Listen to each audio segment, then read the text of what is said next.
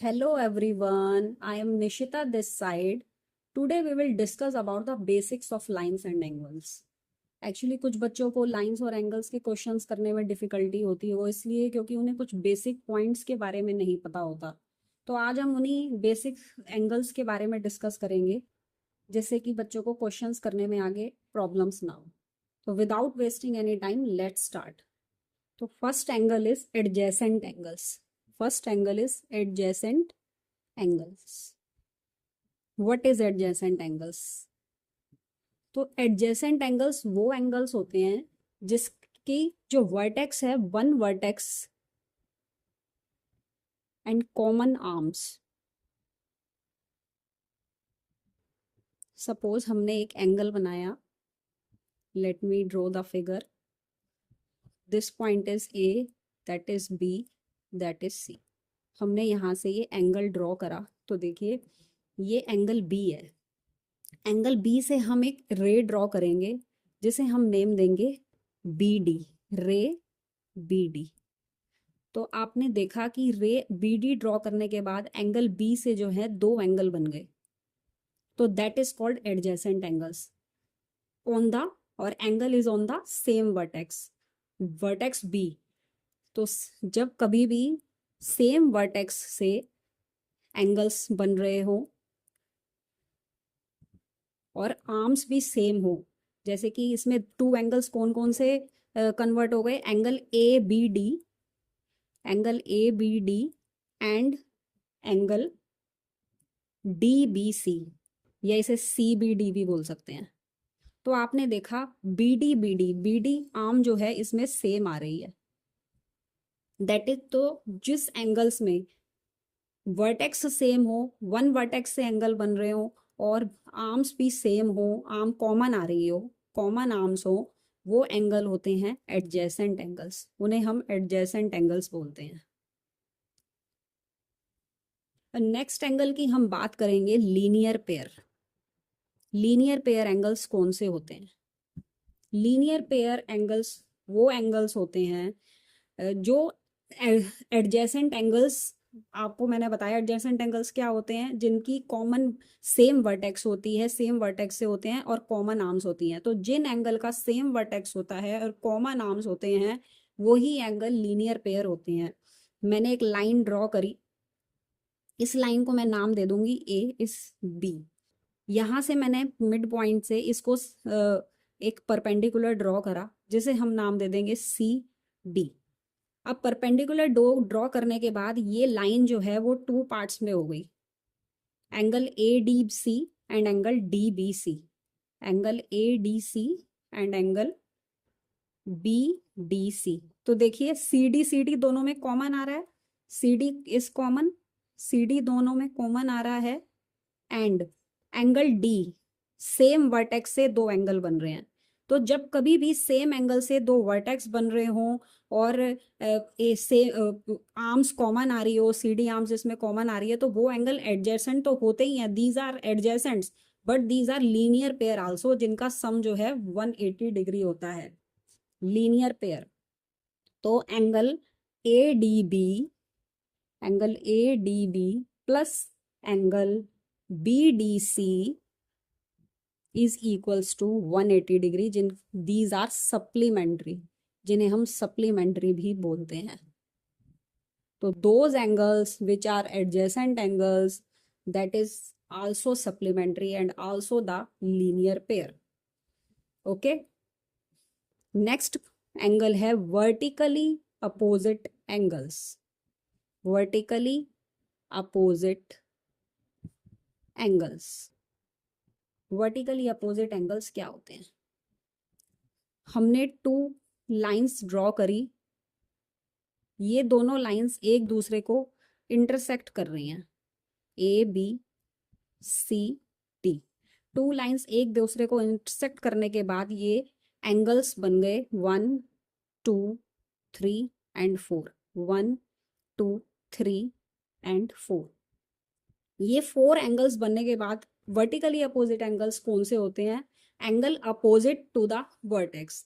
ये O point है, जब सेम वर्टेक्स से एंगल्स अपोजिट होते हैं, जैसे angle 1 is equals to angle 3, that is vertically opposite angle.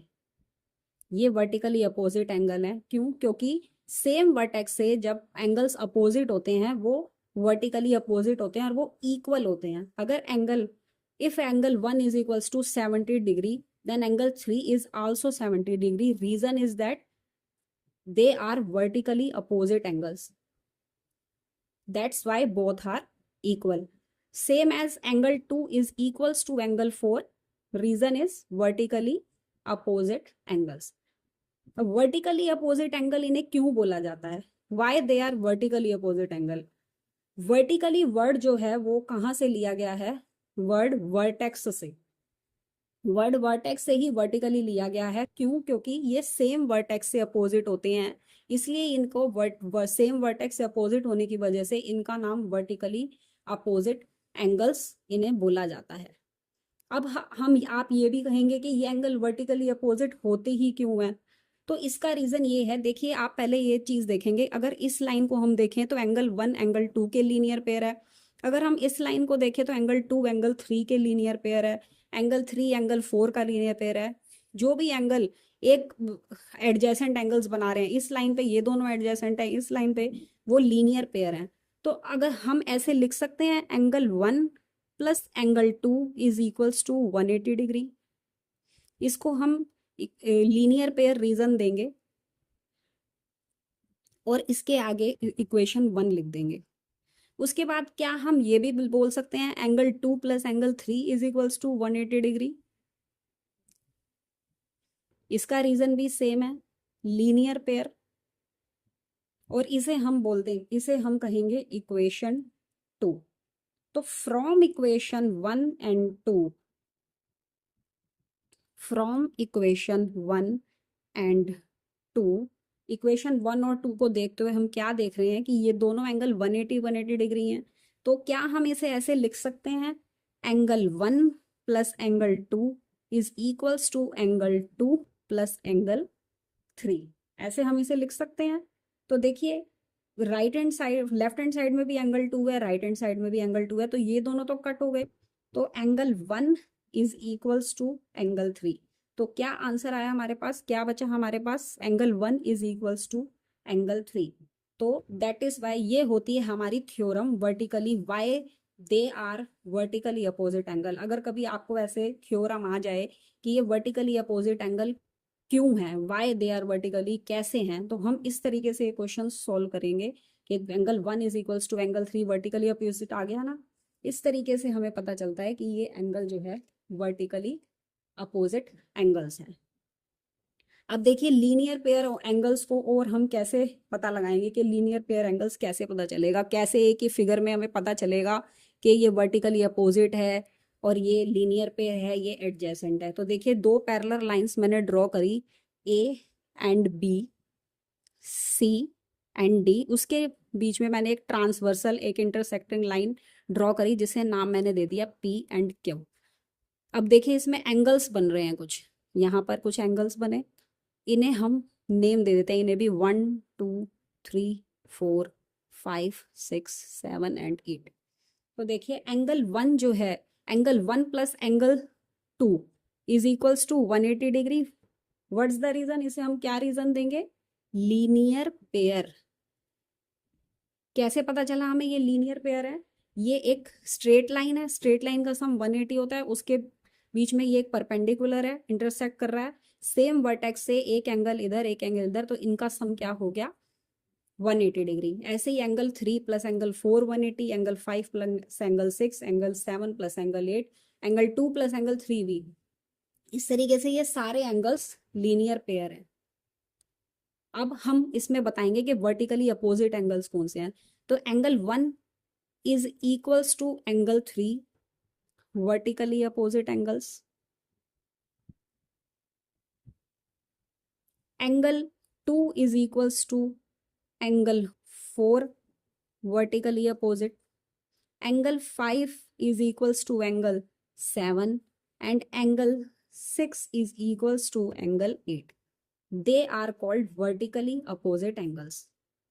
अब देखिए, एक चीज हो, एक एंगल और होता है consecutive interior angles. Consecutive interior angles. देखिए कंसेक्यूटिव इंटीरियर एंगल्स क्या होते हैं। पहली बात तो ये कि यहाँ पर इंटीरियर लिखा हुआ है। इंटीरियर मतलब कि इंटीरियर एंगल्स के बारे में बात हो रही होंगी। तो देखिए इस फिगर के अंदर एंगल 3 प्लस एंगल 6 जो अंदर की तरफ एंगल बने हुए हैं, दीज आर इंटीरियर एंगल्स। और जो ये बाहर की तरफ एंगल बने हुए हैं इधर भी दीज आर एक्सटीरियर एंगल्स। इन्हें हम एक्सटीरियर एंगल्स बोलेंगे। और ये इंटीरियर एंगल्स है, इधर से ये भी इंटीरियर एंगल्स है। तो एंगल 3 प्लस एंगल्स और कंसेक्यूटिव इंटीरियर एंगल्स का सम भी 180 डिग्री ही होता है। तो when the angles are on the same side of the transversal, that the sum of these angles are 180 degree. These angles are supplementary. तो angle 3 plus angle 6 is equals to 180 degree. The reason is consecutive interior angles. ये मैंने short form में लिख दिया। CO मतलब consecutive, INT मतलब interior angles. ये angles की शेप बना के S एंगल्स। तो ये होते हैं कंसेक्यूटिव इंटीरियर एंगल्स। ऐसे ही angle 4 plus angle 5 is equals to 180 degree. Same reason, consecutive interior angles. ये हमारे कंसेक्यूटिव इंटीरियर एंगल्स होते हैं। तो मैंने आपको 4 एंगल्स के बारे में बताया। First one adjacent, second one is linear pair, third one is vertically opposite angles. Vertically opposite angle से रिलेटेड मैंने आपको ये भी समझाया कि वर्टिकली अपोजिट एंगल्स होते कैसे हैं। ये थ्योरम भी है, आप अगर आप एनसीईआरटी की बुक खोलेंगे तो ये थ्योरम भी है जिसके आप अच्छे से पढ़िएगा।